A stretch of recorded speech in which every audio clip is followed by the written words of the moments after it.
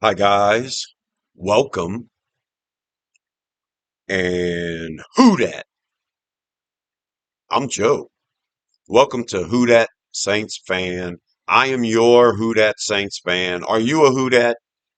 Are you a Who Dat fan? If you're a Who Dat, subscribe to this channel. Just take the phone, turn it this way, press the subscribe button, turn it back this way, and let's watch the video. If you love our beloved Bless You Boys in black and gold as much as I do, then you'll be interested in what I have to say. And I'm interested in what you have to say. Leave your comments down low and let me know what you think. Today, we are going to examine the Saints defense under new defensive coordinator Brandon Staley. This is the time of year when everyone is 0-0. Training camp's about to start in 2 weeks, and hope springs, abounds, eternal. We're all undefeated. Even teams like the Saints, who the nation thinks is going to be the worst team in the league, even we have hope. We have some hope. Kellen Moore has a track record of success as an offensive coordinator in this league. He's coming off of a Super Bowl win, and we have him as a head coach now, and we're pretty excited. And a lot of people are also excited about Brandon Staley. He had a really good year as a defensive coordinator with the Rams. Then he became a head coach. And although his defenses were not that good in the 3 years he was a head coach, we kind of look at that the same way we were looking at Dennis Allen. Dennis Allen was our defensive coordinator. Our defense was fine. He becomes the head coach, and all of a sudden the defense suffers. Well, that's kind of all we got to go on. So hope springs eternal for me when it comes to this offense, even with an injury prone offensive line, injury prone wide receiving core, an unproven tight end core, uncertain depth behind Alvin Kamara, not to mention the youth and inexperience at quarterback. I still have more hope about our offense than I do our defense. So why is everybody excited about Brandon Staley? Well, we got rid of Dennis Allen for starters. Yeah, and yeah, bring anybody else in and we'll be fine. Then there's also those who think we should be transforming our defense from a 4-3 to a more of a 3-4. Get the quicker edge rushers in here. Let's get with the times kind of thing. Brandon Staley is a disciple of Vic Fangio. Vic Fangio was a coach of the Saints back in the mid 80s, late 80s when I was a kid. So getting with the times. All right. So, well, this is part of the hope. If we're going to be better than the worst team in the league, we're gonna have to be pretty good on offense and defense. Uh, better than last year. And yeah, we suffered with Dennis Allen as our head coach. We suffered on defense. It didn't matter who the defensive coordinator was. It's kind of like when Sean Payton was the head coach and we had Pete Carmichael as the OC. We knew deep down Sean Payton was really the OC. And it's the same with Kellen Moore now. Even though Doug Nussmeier is our offensive coordinator, we know that this is all a combined effort, but it's really coming down from Kellen Moore.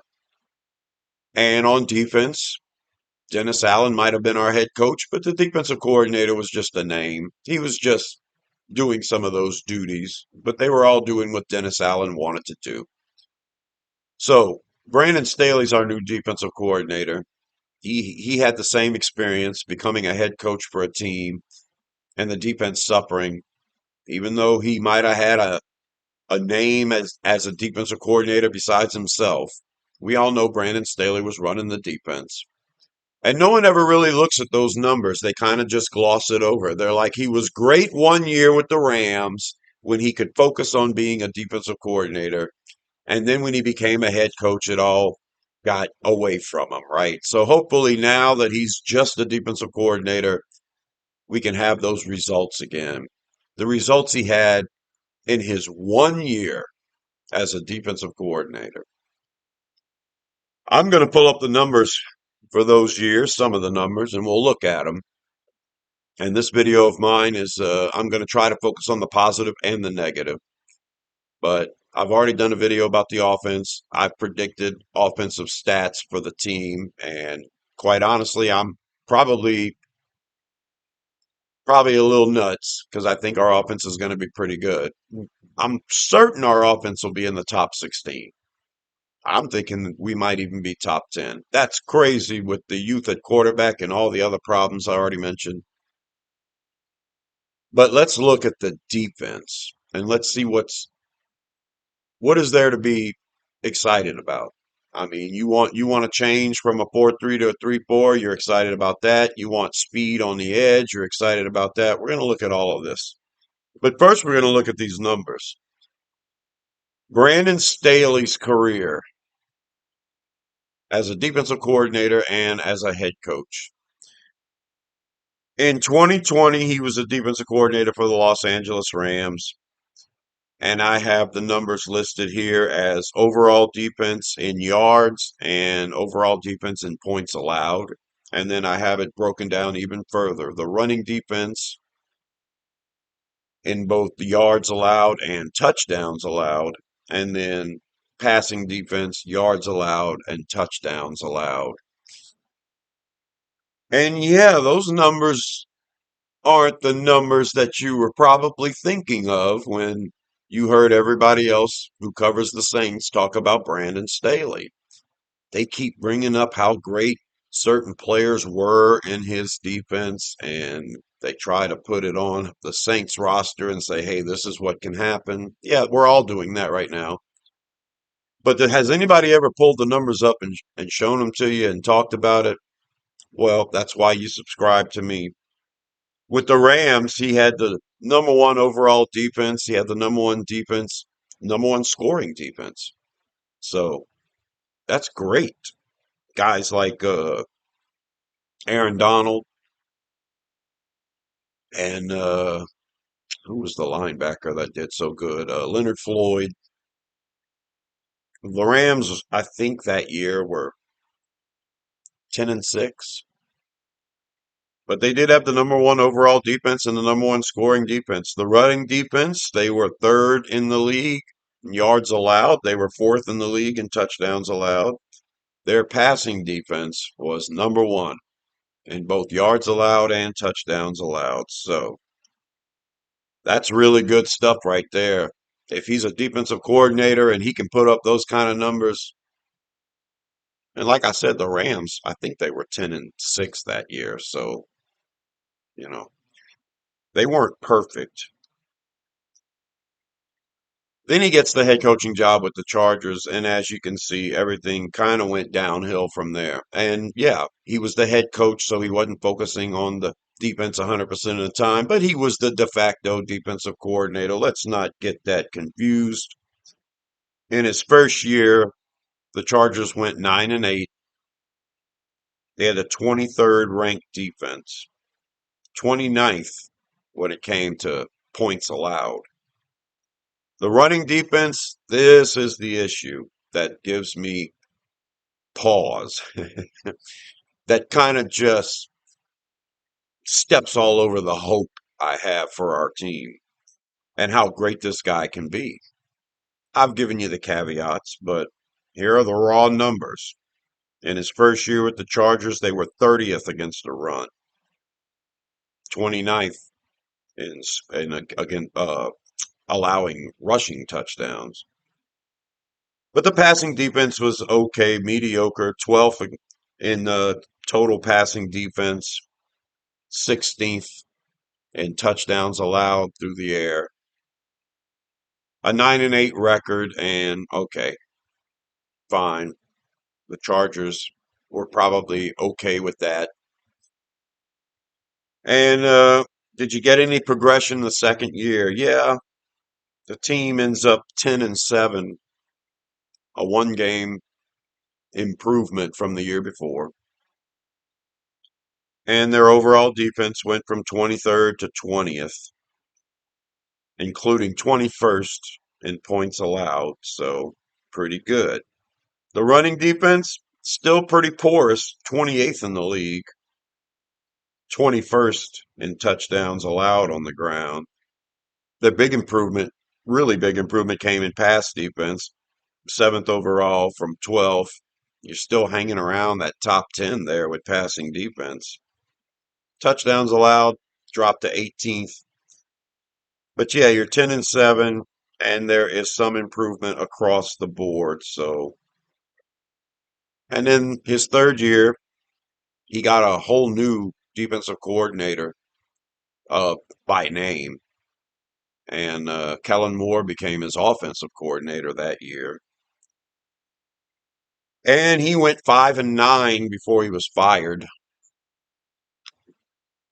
And as you can see, the defense suffered once again. They dropped all the way to 28th in total defense, 24th in points allowed. The rushing defense improved to 17th overall, even though they dropped to 26 in rushing touchdowns allowed. And the big difference was the passing defense fell off a cliff.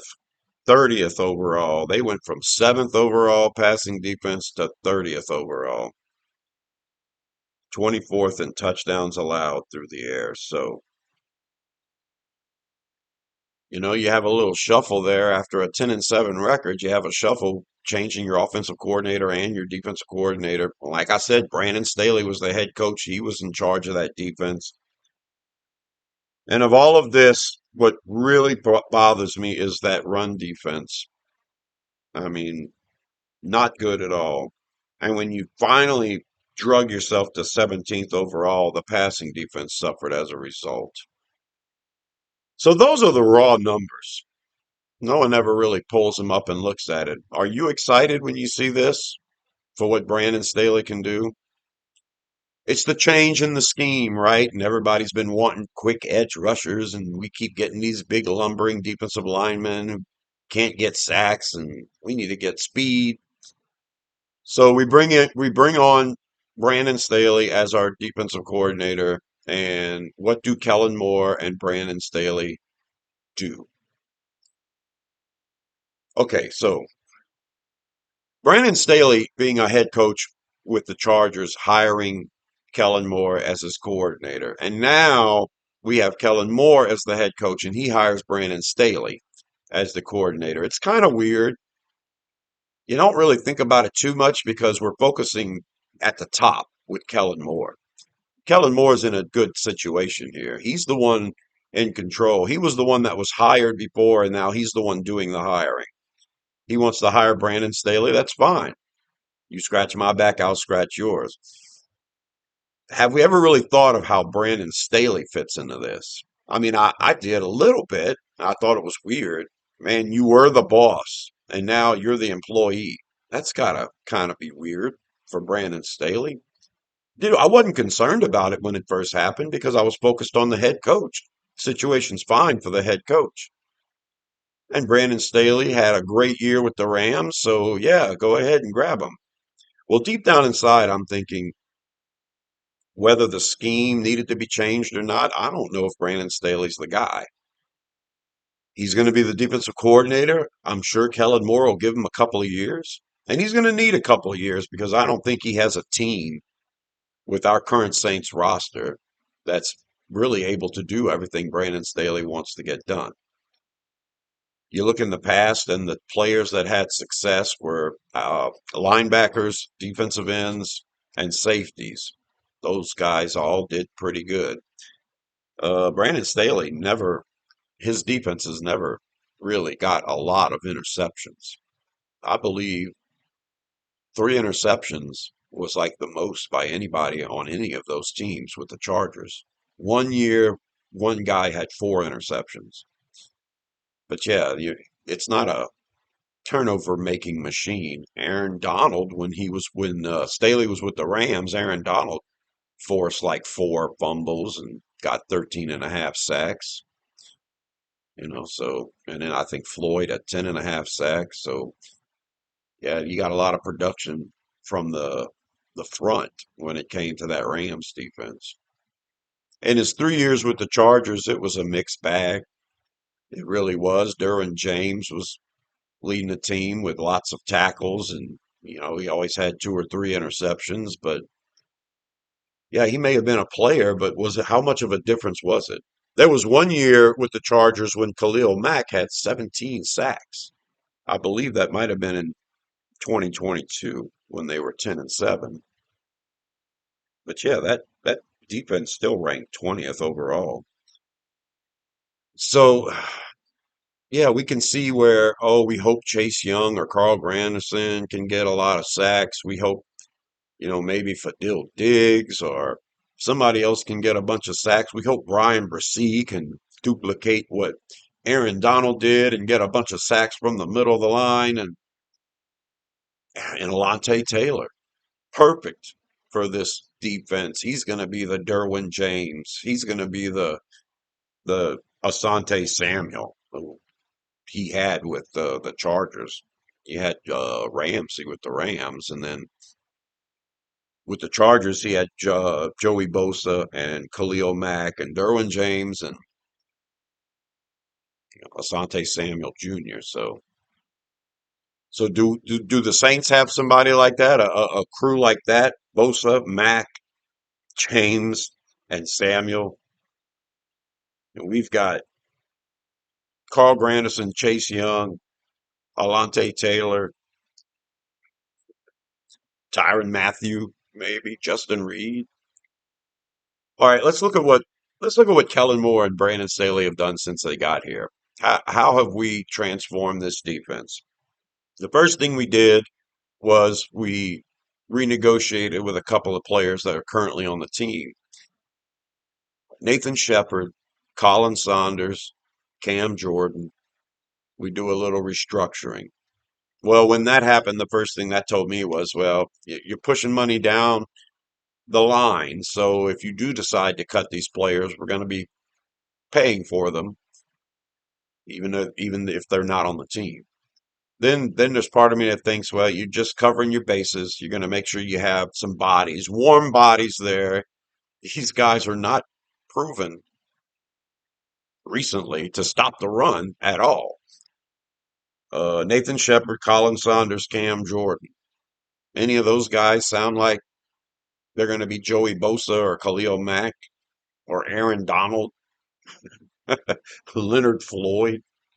No, you're just re-signing a bunch of players that weren't any good against the run to begin with, and now they're on our team again for another year. Huh. And if we get rid of them, we're going to be paying for them next year. So I wasn't excited about that at all. Then we re-signed Chase Young, 3 years, 51 million, up to 57 million. Chase Young had a phenomenal number of pressures and quarterback hits last year. It didn't translate into sacks, and we kind of hoping it does. The salary we're paying Chase Young is definitely not top-notch defensive end, outside linebacker salary. It's a big salary. He's getting paid more than anybody else on that side of the ball, so we expect results. And if that's part of your optimism, then there you go. Check one for Chase Young. I can't say it was a great move re-signing Shepard and Saunders. You keep Jordan on the team, let him retire a Saint, I'm fine with that. But Chase Young's your first player that you're actually thinking, okay, this is going to be a difference maker. He's going to have to do what Joey Bosa did, or what Khalil Mack did, or what Leonard Floyd did. Chase Young's going to have to assume those numbers. And yeah, the overall defense rankings for Brandon Staley when he was with the Chargers wasn't that good. The best he ever did in one year was 20th overall defense. So even if Chase Young manages to duplicate those numbers, yeah, we're kind of going for that Los Angeles Rams record of first overall defense and all that stuff. So what else have we done? We traded for Devon Gottschall. Now, this was a move I loved. Seventh round pick to get a proven veteran who's going to play that nose tackle position and who's good against the run. And we need to get better against the run. So I'm a little excited now. Everybody wants sacks. Everybody wants to pressure the quarterback and stuff. And Lots of Saints fans want the small edge rusher that can get after the quarterback. And, we all have visions of a 12 sack, 15 sack output from somebody. Well, yeah, the Saints really didn't go after anybody like that except Chase Young. I think what's going to make the Saints better is improving against the run. It starts there for me. So I was excited with the move to get Davin Godchow. This tells me, okay, you re-signed Colin, you restructured Colin Saunders, but he's not that. He's not that guy. Godchow is going to be the guy that's going to play that nose. And hopefully everybody around him can make something happen. So I can be positive about this. It starts in the middle of that defensive line with Devin Godchow. So we're getting better against the run. Then the draft comes, and we drafted 9 players. The first 2 were offensive players. 2 of the last 3 we picked were offensive players, but the other 5 were defensive players, and defensive players that specialize against the run. Now, this is something that I can get excited about.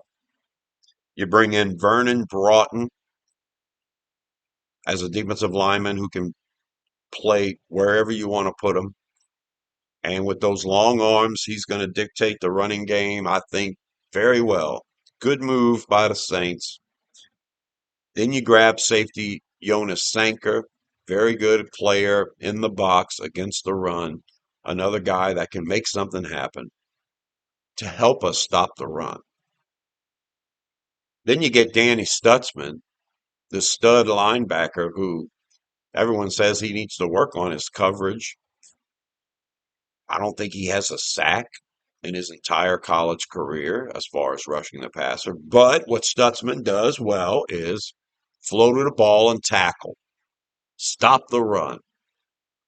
Now, this is 3 players in the draft in a row that's specifically really good at stopping the run. Broughton, Sanker, Stutzman. Now I'm starting to get excited because if we can stop the run and force them into a 3rd and long, then all of that works in our favor. The next defensive player we got was cornerback Quincy Riley, and I think Riley's a well-rounded player, but he also fits some things that Brandon Staley likes to do, that mix match stuff where you start in one position and you flow to another. I'm not saying Quincy Riley's going to be some stud inside versus the run or anything like that, but it seems like he's going to fit Staley's defense in another way. The ability to mix and match, right? The last defensive player we drafted was Fadil Diggs, and we're hoping he can rush the passer from the edge. And it's definitely a body type that Brandon Staley defense would need, a body type that we don't really have a lot of players at. So, all right, that's the additions through the draft. I'm a little excited now. The defense is getting better, but there's just a lot of questions. And I'm going to pull up the whole defense in a minute. Well, let's pull it up right now. Let's look at the defense. And yeah, none of this is etched in stone. Anybody that's labeled as a defensive tackle or a defensive end can probably play across the board on the defensive line. Lots of the players listed at defensive end might be able to play in multiple spots across the defensive line. Some of them might be able to stand up. Then you look at the outside linebackers, a lot of them are former defensive ends on this team who are going to be asked to stand up. Now you have that flexibility with your outside linebackers. Those guys can put their hand in the dirt if they have to. But in this defense, they're going to be asked to stand up and rush the passer too, and probably cover a little bit. And that's where I start to have my concerns. I mean, is Carl Granderson going to make it as an outside linebacker and Chase Young and Cameron Jordan? It's possible. Other moves that Kellen Moore and Brandon Staley made were bringing in some players that they were familiar with. players that are familiar with the scheme. So you got Jonah Williams, who can play edge and outside linebacker. You've got Chris Rumpf, who had some success in this system. Terrell Burgess, who's familiar with the system and could find a spot on this team. Tyreen Powell's a undrafted guy that kind of fits a Brandon Staley mold. Even Isaac Yiadom at cornerback played last year with San Francisco, and that's where Brandon Staley was last year, part of that coaching staff. So bringing in some guys that they know, some guys that they feel like can fill in the gaps in this new defense if some of the existing players on this team don't cut it. So overall, I look at the defense and yeah, I just we're not really there yet. I don't think we have a stud defensive end. We might. We have to wait and see. Some of these new guys. Is Vernon Broughton going to be a stud defensive end for us? Is that where Brian Bressee's finally going to get good against the run? Is if he is in a 3-4 defensive end? Are we going to see a marked improvement from Chase Young or from Carl Granderson? Granderson had 5.5 sacks last year. He had 8.5 sacks the year before. Granderson plays at a smaller weight naturally, and we've had him bulked up the entire time he's been on our team so he can put his hand in the dirt. I think Granderson's already lost 20 pounds. He feels quicker now than he did last year. He liked the strength last year, but he missed the quickness. So it's wild. It's almost like a wait and see. And I'm I don't want to be pessimistic, but at the same time, I look at this edge group and I'm thinking there's just a lot of players here who are going to be asked to do things they've never done before. It's hard to tell. Can't see Cam Jordan being that successful as a blitzing outside linebacker. Maybe.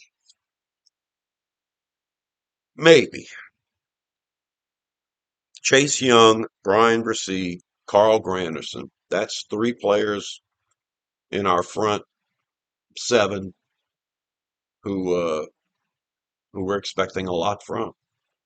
We need pressure off the edge from Granderson and Young, and we need pressure up the middle from Brian Bresee. All of these guys are going to have to play good against the run, and hopefully the additions from the draft will help us against the run. At linebacker, Demario Davis and Pete Werner, and then Danny Stutzman. We're hoping that these guys will be good against the run. If there are, if they're given the chance to blitz, I think Demario Davis is still a really good pass rusher. So I expect Davis when he's out there to do a lot more rushing the passer, stopping the run than actually covering.